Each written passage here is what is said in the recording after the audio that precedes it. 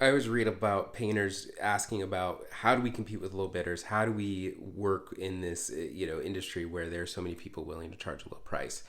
Uh, let's talk about economically. The thing is that most people in the industry, most of your average painters, they kind of do instinctively what the economy is forcing them to do, which is that when supply is high, there are a lot of painters, there's not a lot of jobs out there, they drop their prices. That is an economic law. It is how it works. The people who tend to be a little bit more business savvy, but not completely all the way there yet, they get a little bit stubborn and they try to maintain a high price. And what's happening is that they're losing jobs and they're frustrated and they don't know why they're losing jobs. Well, the reality is that there are economics at play. But you do not have to become you don't have to be subjected to the dynamics of the economy or the economics of it. You can play it to your advantage. And how we do that is through something that's called surge pricing. Now, painting itself is a business that is elastic. What does that mean? Elastic means that the price can go way up and the price can go way down. Why? Because there is only so many painters to go around, and there are only so many jobs to go around. When there is an increase in demand, we call it our busy season, there are fewer painters to go around, and there are more people who are really chomping at the bit to get their job done. But then when the season slows down, there are more painters available, fewer people requesting bids, therefore prices go down. That is elastic. Okay, that's the economic reality of our industry. So how do we account for this? Well, if we remember from a previous video that total revenue is a function of price times quantity. The price that you charge for the quantity of units that you produce in a job. And so what we're going to do is we're going to graph this out. Okay? We're going to say this line here is the price that we are charging, and this line here is the quantity of production that we are able to do, the number of jobs that we're able to sell.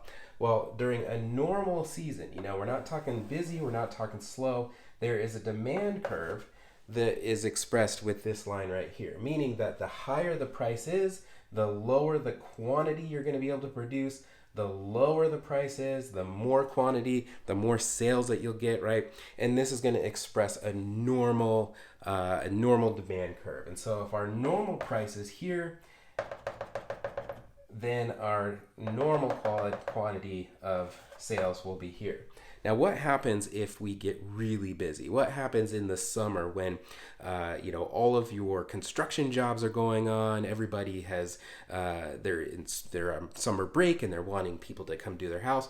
Well, the supply goes down, right? And so because there is a certain supply of painters, we'll call that S, supply of painters.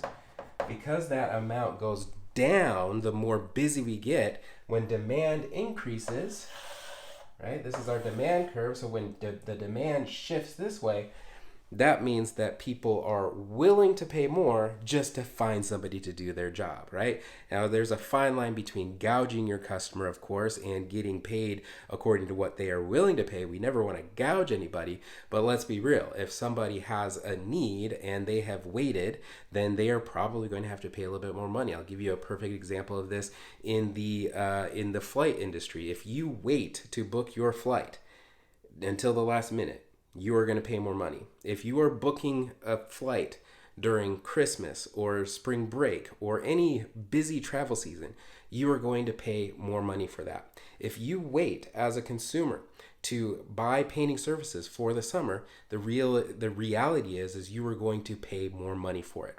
But if you have the patience to wait until the winter when things slow down, you have an opportunity to save a little bit of money.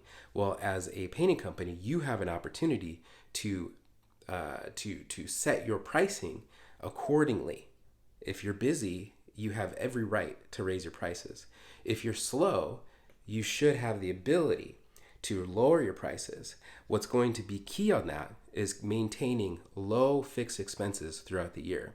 Because if your marginal cost, the cost of producing a single unit, if it's higher than your competitors, then you are not going to be able to adjust your price in a slower economy.